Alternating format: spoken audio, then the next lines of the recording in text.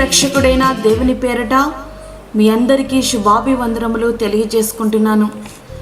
Jesus new creation ministries ద్వారా ఈ రీతిగా ప్రతిరోజు అనుదిన ఆహారమును మీతో పంచుకోవడానికి దేవుడిస్తున్న కృపను బట్టి దేవునికి ఎనలేని కృతజ్ఞతలు. ప్రియులారా, ప్రతిరోజు మనం ధ్యానిస్తున్నటువంటి రీతిగా యేసు ప్రభు వారు సిలువలో పలికినటువంటి 5వ మాట మన యొక్క ధ్యానాంశము. యేసు ప్రభు వారు సిలువలో పలికిన 5వ మాట, దప్పికొనుచున్నాను. యోహాను సువార్త 19వ అధ్యాయము 28వ వచనం. యేసు ప్రభు వారు ఆయన రాజ్య సువార్తను ప్రకటిస్తున్న సమయంలో ఆయన ప్రబోధించిన విషయాలు, నేనిచ్చు నీళ్లు త్రాగువాడు ఎప్పుడునూ దప్పిగొనడు అని. యోహాను సువార్త 4వ అధ్యాయము 14వ వచనం. దప్పిగొనని ఎడల నా ఎద్దుకు వచ్చి దప్పిక తీర్చుకొనవలెను. యోహాను సువార్త 7వ అధ్యాయం 37వ వచనం. ఆయన ఇచ్చి నీళ్లు త్రాగితే ఎన్నడూ దప్పిగొనమట. దాహం వేస్తే నా దగ్గరికి వచ్చి మీ దప్పిక తీర్చుకొనుండని ప్రభువు చెప్పిన మాట, వారే దప్పిగొనడమేమిటి? ఆయన దప్పికను ఆయన తీర్చుకోలేనప్పుడు ఇక మన దప్పికను ఎట్లా తీర్చగలరు? యేసు సిలువలో దప్పిగొనడానికి గల కారణాలు ఏమిటంటే, యేసు ప్రభువారు జన్మించడానికి వందలాది సంవత్సరాల ముందే అనేకమైన ప్రవచనాలు ప్రవచింపబడ్డాయి. వాటిలో ఒకటైనను తప్పిపోవడానికి వీల్లేదు. ఆ ప్రవచన నెరవేర్పులో భాగముగా ఆయన దప్పిగొనుచున్నారు. వారు చేదును నాకు ఆహారముగా పెట్టిరి, నాకు దప్పిక అయినప్పుడు చెరకను త్రాగనిచ్చిరి. కీర్తనలు 69:21 వచనం. అప్పటికే యేసు ప్రభువారు మండుటెండలో యెరూషలేము వీధుల్లో భారమైన సిలువను మోసారు. ఒకవైపు శరీరం నుండి రక్తం కారుతూనే ఉంది. అట్లాంటి పరిస్థితులలో దప్పికొనడం అత్యంత సహజము. ఎందుకంటే సిలువ వేయబడినప్పుడు ఆయన పరిపూర్ణమైనటువంటి మానవుడిగానే ఉన్నారు. అదే సమయంలో పరిపూర్ణమైనటువంటి దేవుడు. నిత్య నరకములో మనము దప్పికొనకూడదని మన దప్పికను తీర్చడానికి ఆయన దప్పిగొన్నారు. ధనవంతుడు ఒక నీటి బొట్టు కొరకు ఎంత అల్లాడిపోతున్నాడో అట్లాంటి పరిస్థితి నుండి నిన్ను నన్ను తప్పించడానికి ఆయనే దప్పిగొంటున్నారు.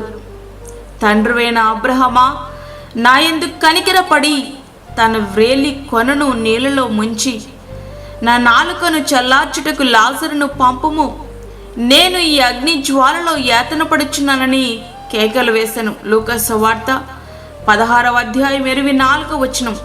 అనంతకాలం మనకు దాహము కాకుండా చేయడానికి ప్రియ రక్షకుడైన యేసు ప్రభువారు దప్పిగొన్నారు. వారికి ఇక మీదట ఆకలి అయినను దాహమైనను ఉండదు. సూర్యుని ఎండైనను ఏ వడగాలి అయినను వారికి తగలదు.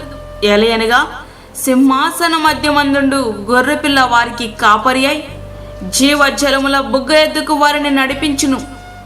దేవుడే వారి కనుల నుండి ప్రతి బాష్ప బిందువును తుడిచివేయును. ప్రకటన 7వ అధ్యాయము 16-17 వచనములు. ప్రియ సహోదరుడా, వాక్యం వింటున్నటువంటి ప్రియమైన దేవుని బిడ్డ, ఆయన నీ కోసం ఇంత చేస్తే దేనికోసం నీ దప్పిక? శరీరాశ్రణ, నేత్రాశన, జీవపు డంబమున, వీటి కోసమేనా నీ ప్రాకులాట? ఆత్మఫలాలు ఫలించకుండా శరీర కార్యములనే నెరవేర్చుకుంటూ నేటికిని ఆ చేదు చిరకనే మరలా మరలా ప్రభువారికి త్రాగిస్తావా? వద్దు. ఆ బండ ఒక్కసారే కొట్టబడాలి, అది చాలు. మోషే మరలా కొట్టాడు, కానానులో అడుగు పెట్టలేకపోయాడు. ఆయన ఆ చేదు చిరకను ఒక్కసారి త్రాగితే చాలు. మనము మరలా త్రాగించే ప్రయత్నము చేస్తే ఆ పరమ కానానులో అడుగు పెట్టలేము. వద్దు. శరీర కార్యాలకు గతించిన కాలమే చాలు. ఆ దివ్య ప్రేమను నువ్వు అర్థం చేసుకో. కోరహ కుమారులు వారికి గల దప్పికను గురించి ఈ రీతిగా పాడుతున్నారు. నా ప్రాణము దేవుని కొరకు తృష్ణగొనుచున్నది, జీవము గల దేవుని కొరకు తృష్ణగొనుచున్నది. కీర్తనలో 42:2. యెహోవా మందిర ఆవరణములు చూడవలనని నా ప్రాణము ఎంతో ఆశపడుచున్నది. అది సొమ్మసిల్లుచున్నది. జీవము గల దేవుని దర్శించుటకు నా హృదయమును నా శరీరమును ఆనందముతో కేకలు వేచున్నవి. కీర్తనలు 84:2. అవును ప్రియ స్నేహితుడా, ప్రియ సహోదరి, మనమును నిత్య రాజ్యంలోనికి చేర్చగల జీవము గల దేవుని కొరకు ఇట్లాంటి తృష్ణను కలిగి ఉండాలి. ఇటువంటి దప్పికతో ఆయన కోసం మనం ఎదురు చూద్దాం. ఆ రీతిగా మన జీవితాలు సిద్ధపరచుకుందాం. అట్టి కృపద్దనిత ప్రభు మనకి అనుగ్రహించునుగాక. ఆమేన్. వాక్యం విన్నటువంటి ప్రియమైన దేవుని బిడ్డ, ప్రార్థనలో ఏకీభవించు. పరిశుద్ధుడైన తండ్రి, ప్రేమగల యేసు ప్రభువా, నీ ప్రేమగల పాదములకు లెక్కలేని స్తుతి స్తోత్రములు చెల్లించుకుంటున్నాను. శ్రేష్టమైన మరి యొక్క దినము మా జీవితంలో మీరు అనుగ్రహించారు, నీకు వందనాలు. ఈ దినమంతటికి కావలసిన నీ కృప, నీ క్షేమాన్ని సమృద్ధిగా మాకు దయచేయండి. ప్రతి విధమైన శోధన, కీడు, ప్రమాదముల నుంచి మమ్మల్ని తప్పించండి. వాక్యమైన ప్రతి ఒక్క బిడ్డను దర్శించండి. వారు నీ అందలి దాహము కలిగి ఉండడానికి సహాయం ఇచ్చండి. లోకములో ఉన్న వాటిని ప్రేమించకుండా నీ కొరకు తృష్ణ కలిగి ఉండడానికి సహాయం ఇచ్చేయండి ప్రభువా. నీకు స్తోత్రములు నాయనా. బలహీనులను, చండి బిడ్డలను, వృద్ధులను మీరు జ్ఞాపకం చేసుకునండి. వారికి నీ కాపుదలను దయచేయండి. దూరదేశంలో ఉండే వాక్యం వింటున్న నీ బిడ్డలను ప్రభా మీరు జ్ఞాపకం చేసుకునండి ప్రభా.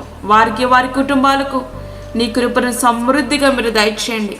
మాకు కాదు యెహోవా, మాకు కాదు, సమస్త మహిమ ప్రభావాలు మీకే ఆరోపించుకుంటూ యేసు పరిశుద్ధ నామమున అడిగి వేడుకుంటున్నాము తండ్రి. ఆమేన్.